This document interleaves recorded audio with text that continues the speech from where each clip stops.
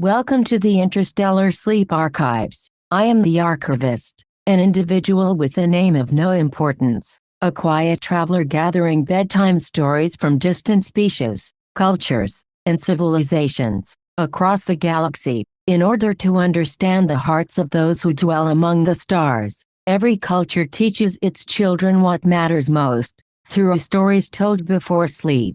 Some teach kindness, some teach courage, some teach belonging, and some teach why even a single forgotten promise can endanger an entire generation. Tonight, we turn our attention to the Sheliak Corporate, ancient, patient, unyielding, a species so long-lived that centuries pass for them as seasons do for others, a people whose young must be protected with absolute certainty, a civilization that does not merely settle worlds, but plants them. And now, without further ado, the Interstellar Sleep Archives presents The Seeds We Sow, a brief cultural context for those unfamiliar with the Sheliak, a unique species. Among the Sheliak, younglings are taught one lesson above all others: what is planted must be protected. This is the story they tell their children to explain why the Sheliak seed Class H worlds, why they leave, why they return, and why every treaty must be written so precisely that no living being can mistake its meaning.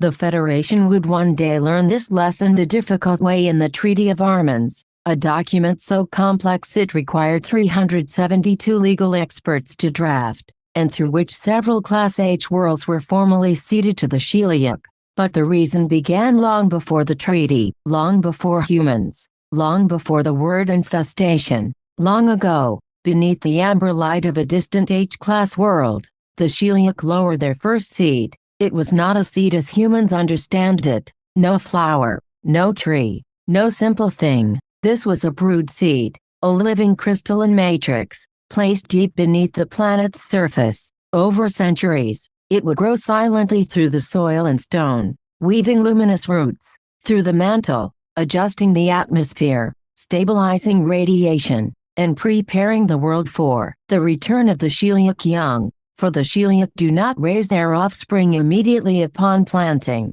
Their children are born in stages. The earliest stage must remain dormant within the seeded world for generations, protected, sleeping, becoming. Only when the stars align with the specific radiation cycle, a time-sensitive event that comes but once in many centuries, can the Sheliak return and awaken their young. This return is sacred, for it is the moment a world ceases to be merely planted and becomes home. On one such world, far beyond the memory of the younger races, the Sheliak planted their brood seed and departed, as was their ancient custom. Why do we leave? A young Sheliak once asked its elder. The elder answered with calm certainty, because our young must sleep in stillness. During infancy, the Sheliak brood is extraordinarily vulnerable. Alien microbes, atmospheric contaminants, even harmless surface organisms can become lethal pathogens. The first awakening must occur in absolute purity. No outsiders, no disruption, no contamination. So the Sheliak leave. They travel the stars, they tend other worlds, and then, when the appointed century arrives, they return. Always they return, but once, they return to find the world no longer empty. Cities, settlements, smoke rising from habitation domes, alien voices carried across the plains. Short-lived species had claimed the surface, humans, others from nearby systems, creatures who lived such brief lives that the passing of 200 years seemed to them an eternity beyond memory. To the Sheliak, it was scarcely more than an interval. To the settlers, it was ancient history. No one living remembered the original warning beacon. No one remembered the agreement signed by ancestors long dead. No one remembered that the planet had been sleeping. The elder Sheliak who led the return vessel gazed upon the settlements and spoke the words that would echo through generations. They have mistaken dormancy for abandonment. To the Sheliak, this was the great tragedy of short-lived species. They forget.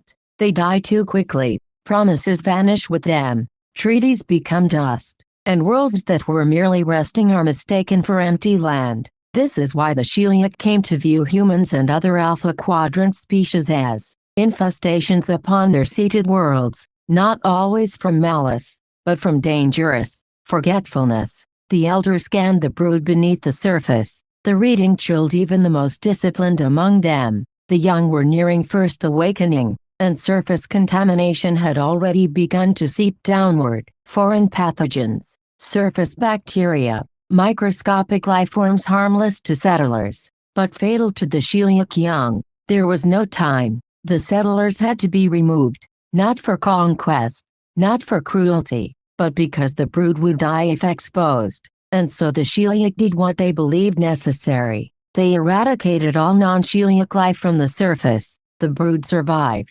The young awakened. But the memory of that event changed the corporate forever. From that moment, the Sheliak understood that silence was not enough. A warning beacon could be ignored. A marker could erode. A spoken promise could be forgotten. Short-lived species required something more permanent. Something so detailed that even generations later it could not be misunderstood. And thus were born the lengthy contracts. Every world, every boundary, every clause, every consequence, written in exhausting, exacting detail. The Federation later called Sheliak language impenetrable, and despite learning several Federation tongues, the Sheliak language itself eluded Federation scholars and even telepaths. To the Sheliak, Federation language was irrational, too soft, too imprecise, too open to interpretation. So when first contact formalized into law, the Treaty of Armans was written with relentless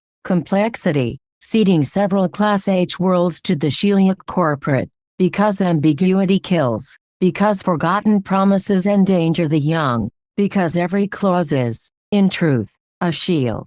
And so the story is told to Sheliak children. A world may appear empty, and yet still be sleeping. A promise may seem old, and yet still be binding. A species may live briefly, and yet still require protection from its own forgetfulness. The lesson is simple. The elder says to the child before asked, "What we plant, we must one day return for," and deeper still, what is written protects both our young and theirs. Its length demonstrates the extent the Sheliak will to care for others. For the treaties do not exist merely to defend Sheliak claims. They also exist to spare others from extermination, to warn them, to give them time, to say, in the only language the Sheliak trust, this world is not abandoned, it is waiting. And so the young Sheliak drifts into rest, knowing that somewhere beneath distant H-class skies, more worlds sleep, more brood seeds grow in silence, more futures wait beneath the soil.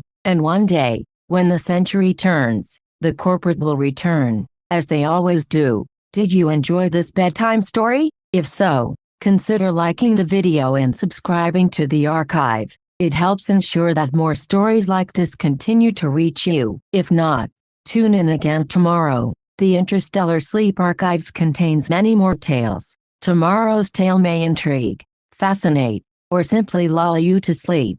And now, the archivist seeks your guidance. Tell me, which civilization should we explore next? The Vulcans, who value logic above emotion? The Borg, who pursue perfection through unity? Or the Vidians, who offer an unusual perspective on healthcare and healing? Choose carefully. After all, every story you hear is shaping you, whether you notice it or not. Sleep well, fellow travelers.